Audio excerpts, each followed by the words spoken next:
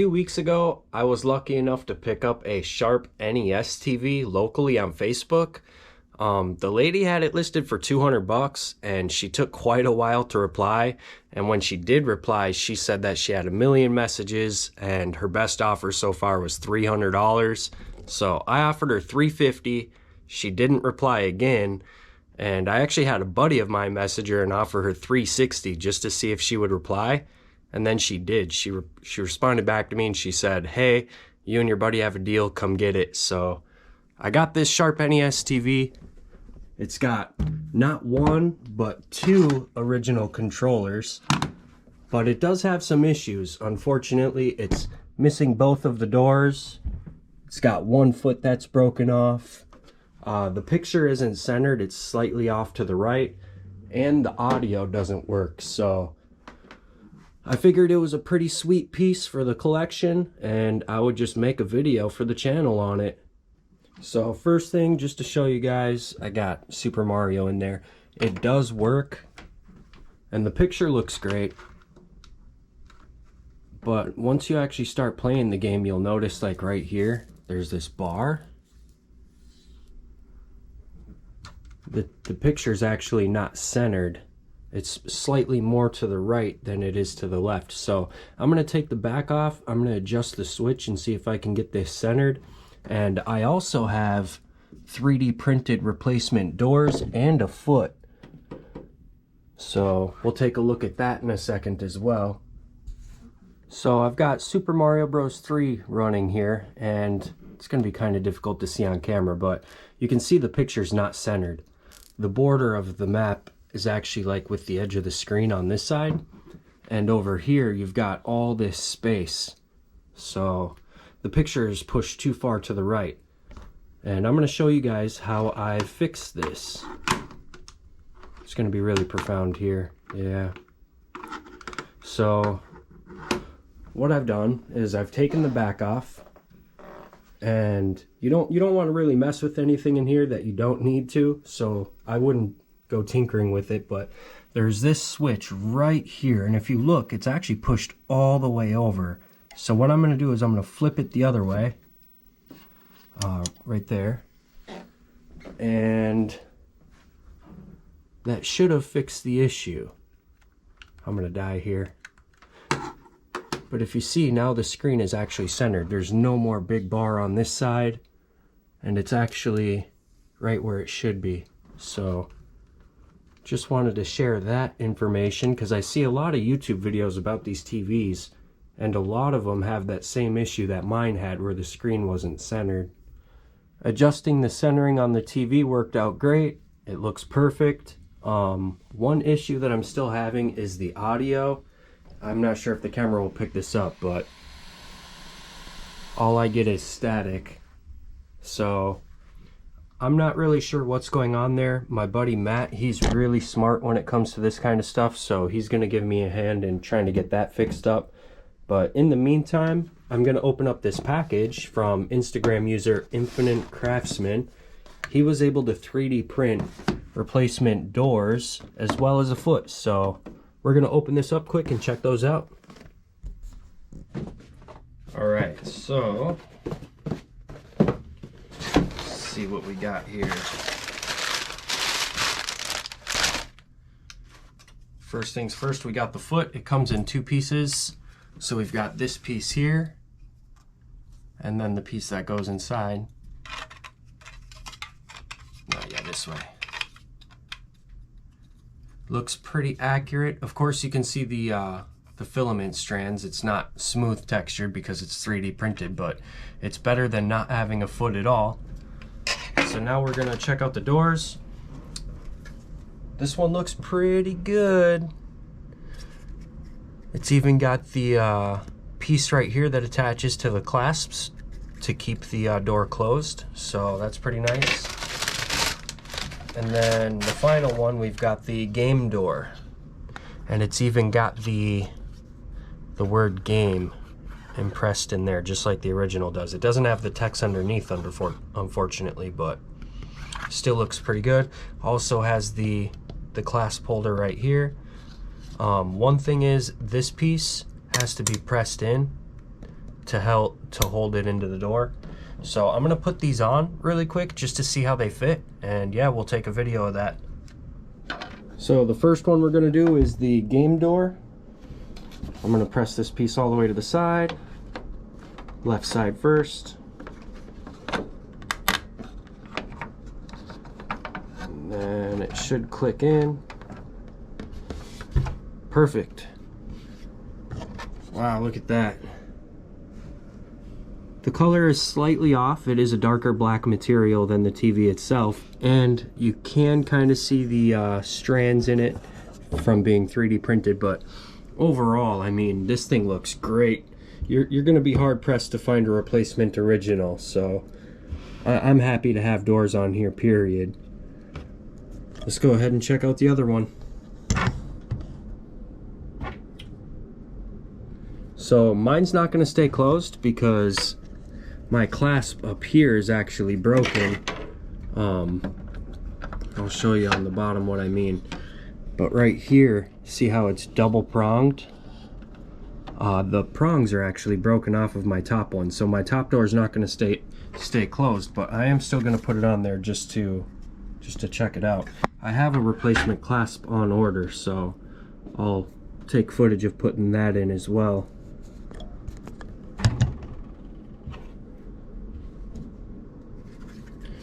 Alright, so first thing we're going to do is line up this side.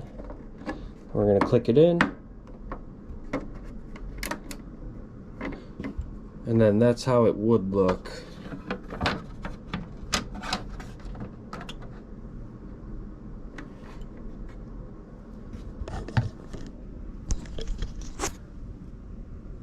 Alright, looks pretty good. Looks pretty good. Ends in good spots. Spaces look nice. Mine's not going to stay up because that clasp is busted, but I do have a replacement clasp on order. I'll put links to everything in the description. The replacement doors, I'll put links to Infinite Craftsman's Instagram, the clasp, the feet, everything. So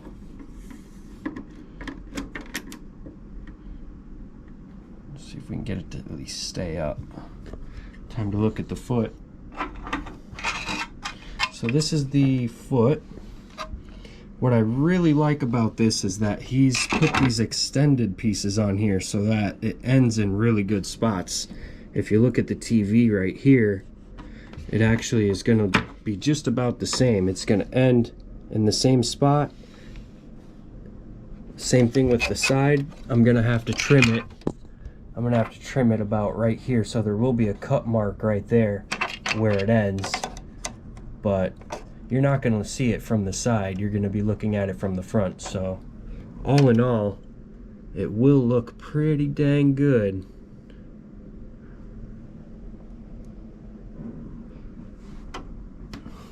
Just to get you guys a perspective on how it'll look. The colors are slightly off, but I mean, this is just freaking an awesome service this guy is doing for everybody who needs these parts. Because finding originals are going to be, one, practically impossible, and two, if you do find them, expensive as hell. So this is pretty sweet. Definitely happy with this.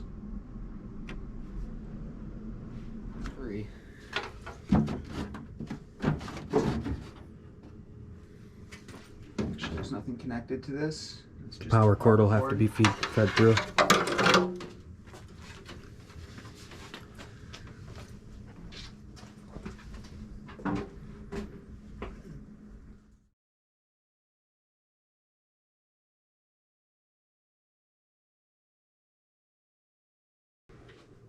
Alright, well, we can't play music. Basically, I just wanted to test the speaker, so I just ripped open a radio and connected it to this speaker, and the speaker itself works.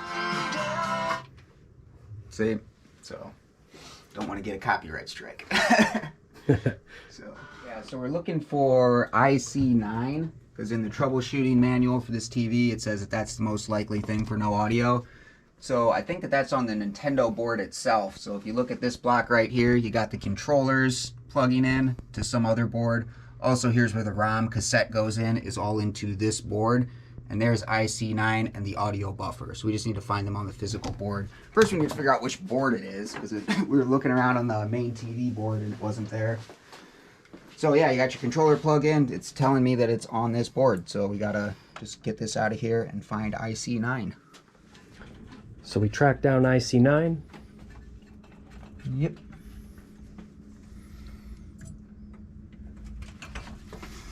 That's it right there. Okay, so we have a regular Nintendo board here, and this is going to sort of be our donor board, I guess. And we have the board from the TV. So I really don't know how to test these ICs, but it's one of the most likely things that they're saying could be wrong, so we may as well just go ahead and swap these, because we really only want to put this thing back together one time. So let's just change everything that we think it could be and hope for the best. We may have to take it apart again, but C49 right there, that ceramic capacitor, totally flattened. And it's connected directly to C48 right there. It's telling me to, is there a faulty soldering or break in the connector pattern between IC9, C23, which is right up there, Q5, that's this transistor, R21 right there, R21, C48, or FC1, which is right there. But right next to it, we have a smashed ceramic cap, so that's, I think that's what that is. Let's see if we can peel that up and get a number off of it.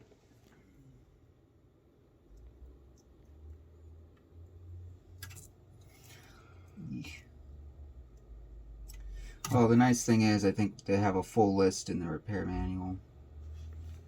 Yeah, so that's a little suspicious right there. It got completely smashed.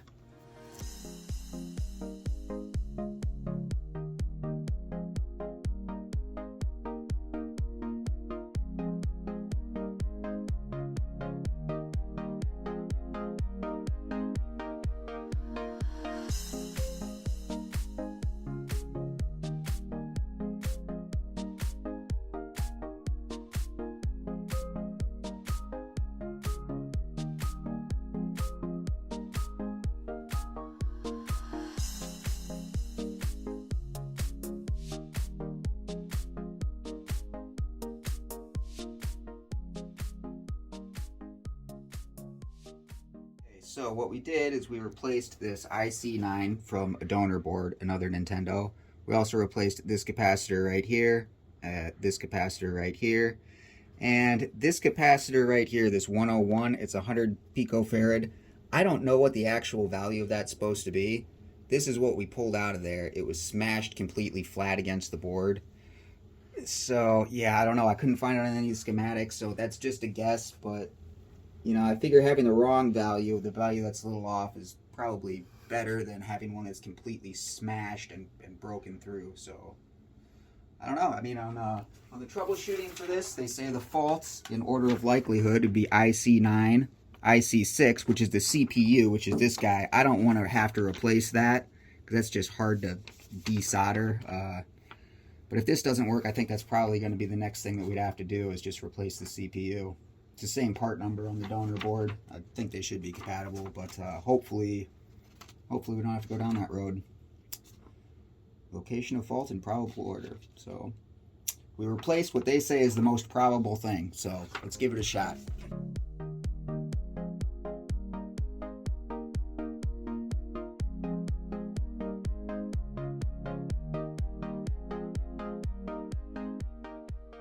All right, this is the moment of truth. We took it apart, we tried our best to fix it, we're gonna turn it on, and hopefully it works. Let's see.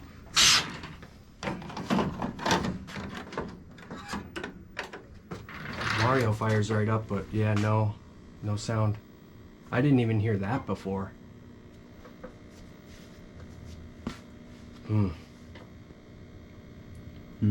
That's really too bad. But it's just all static. Yeah, it's all static, but it does go up and down.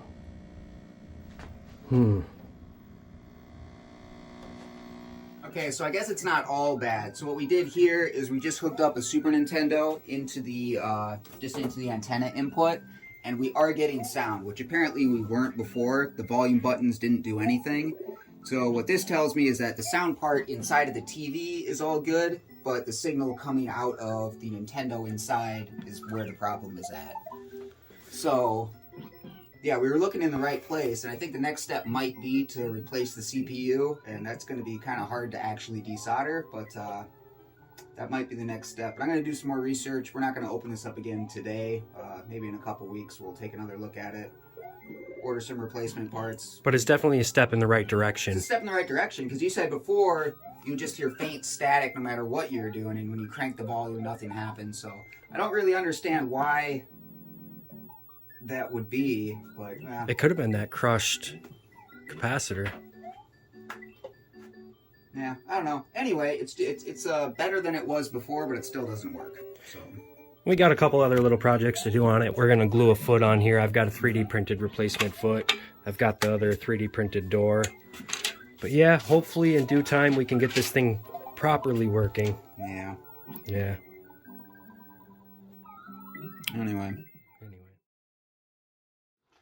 So the last thing we're going to do to this Nintendo TV is we're going to drill this thing out because it's busted. This is the clasp that holds the doors up.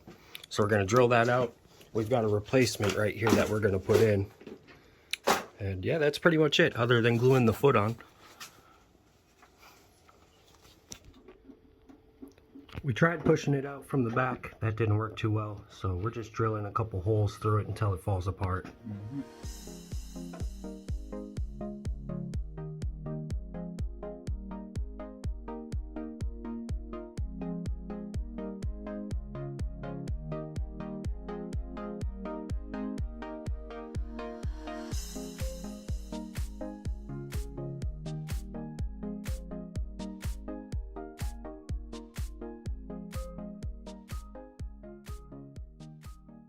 So we got the replacement. Gonna put it in. Wow. Hey, it hit all of the nicks and stuff too. Nice. Looks beautiful. Oh yes. Now I have the 3D printed replacement door. I'm just gonna pop this thing on and make sure that it fits and closes properly. So I'm gonna feed it in there on this side. And then this side should just click right in. Now, watching this tab. Boom. Smooth. And same for the bottom. Got the tab here, goes into the clasp there. Kind of hard to see, it's dark, but yeah, all working, all good. Beautiful, beautiful. All that's left now is to glue the replacement foot on. Probably not going to do that here though. Going to do that back at the house because it's going to have to sit for a while. Also, we don't want to drive around with it glued together. It's a risk we don't have to take. Exactly. But just to show you guys how it's gonna fit. So it's gonna look pretty good. It's not gonna be perfect because it is 3D printed. It's a little shiny and you can see the filament lines, but still looks really good. Better than not having a foot at all. And I like how we got it so it ends right there, so it's flush, doesn't look off. So last time when we took this TV apart and we tried to repair the audio, we thought it didn't work, but I was actually pretty stupid and didn't test Mario past the title screen. And I told my buddy to test it into the actual game, and it did work. So I just want to plug it in here and show you guys that I'm stupid and it does work. Dude, imagine how many people were just screaming at their computer screen like, press start, press start. Oh my gosh. See, like right here on the title screen, there is no audio for Mario 3. But as soon as you start into the actual game, there's audio. Yeah. So all we had to do was press start. But yeah, we got the audio working, we got that piece drilled out, we got the replacement foot, we got replacement doors. This thing's ready to roll. Yeah. Yeah, so after looking at the schematic, the problem was very obviously this C49, that capacitor that was smashed in between the ground plane. That's like literally the last thing that it does before it goes into the TV, where the audio is switched between either coming from the Nintendo or the TV. So if you look right here, Q5, this is the audio buffer. That's just a transistor. C49, that is what was literally crushed between the ground plane. So obviously your audio signal is grounded out. And that's all that was wrong with it. So we replaced that hex inverter, swapped it out with that donor board, and that wasn't the issue. But, you know, it doesn't really matter because both boards still work now. But, yep, I should have known that right away. Like when it was crushed, I was like, well, that might be it. But I didn't really look at the schematics like I should have, and wasn't sure that that was even part of the audio circuit. But then after seeing it, it's like, yeah, that's obviously what the problem was. Very simple fix. Whoever was in there last just crushed the thing and shorted it out. Simple for the right type of guy that can do it. Wow. Not simple for a guy like me, unfortunately.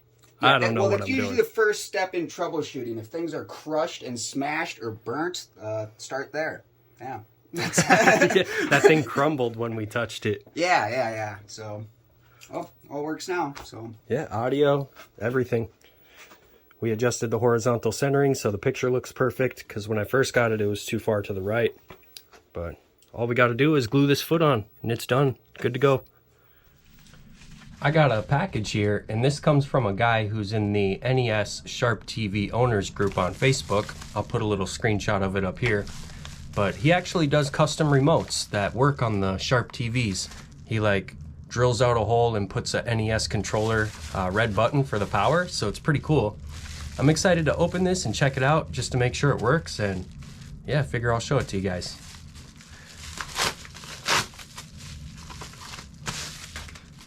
Double padded. Always appreciate good shippers. All right, here it is. So this remote should work on the Sharp TV, and it's got a power button to turn the TV on, and then a power button to turn the Nintendo portion of the TV on. So yeah, I'm gonna grab some batteries, pop those in here, and check it out. All right, so I got the TV plugged in. I've got batteries put in the remote here. I'm just gonna power it on, make sure that it works. There we go. And then this one should be for the Nintendo portion. Beautiful. Oh yeah. And then we'll fire up the actual game.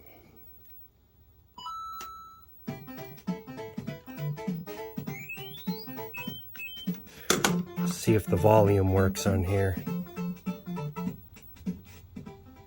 Volume goes up and down.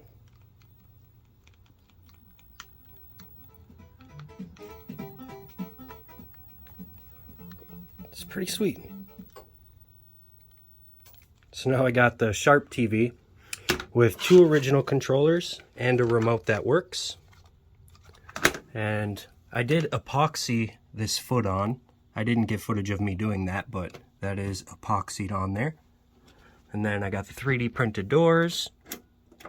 They're not original, but they work and they look good. It's better than not having anything. So yeah, I'm really happy with how this one turned out. In case you guys were wondering, the reason he made these remotes is because tracking down original remotes for this TV is next to impossible. And if you are able to find one, it's probably going to set you back $600 to $800. That being said, I want to end the video by saying that I did end up picking up a second NES Sharp TV. And the reason I picked up this Sharp TV is because it actually does have the original remote. And this one also came with 2 original controllers, so I'm pretty happy about that pickup. The original remote is the entire reason I picked up the second Sharp TV. So I actually have a buddy who's going to be buying that one from me. I'm going to throw in this remote right here for him and keep the original for myself. Huge shout out to Sean for modding this remote and sending it to me. I offered to pay him for it, and he said, man, just shout me out on your channel and I'll send it to you for free. So really thankful for that. These remotes, he could charge whatever he wants. He could have charged me $100 for it if he wanted to. So that was super kind of him. He's got a Twitch channel and a YouTube channel. and he's got Instagram. I'll link all of his social medias down below. If you need one of these remotes, definitely reach out to him. I kind of like the fact that it has an NES button there. It just adds to the overall aesthetic. But yeah, thanks dude if you're watching this. Super happy to own a Sharp TV with 2 original controllers and an original remote. It doesn't get much better than that. If only I could track one down with original doors and all 4 feet intact. The problem with that is it's unrealistically expensive, like thousands of dollars. But yeah, that's going to be it for this video. As always, thank you guys for watching, thank you guys for subscribing, and on to the next.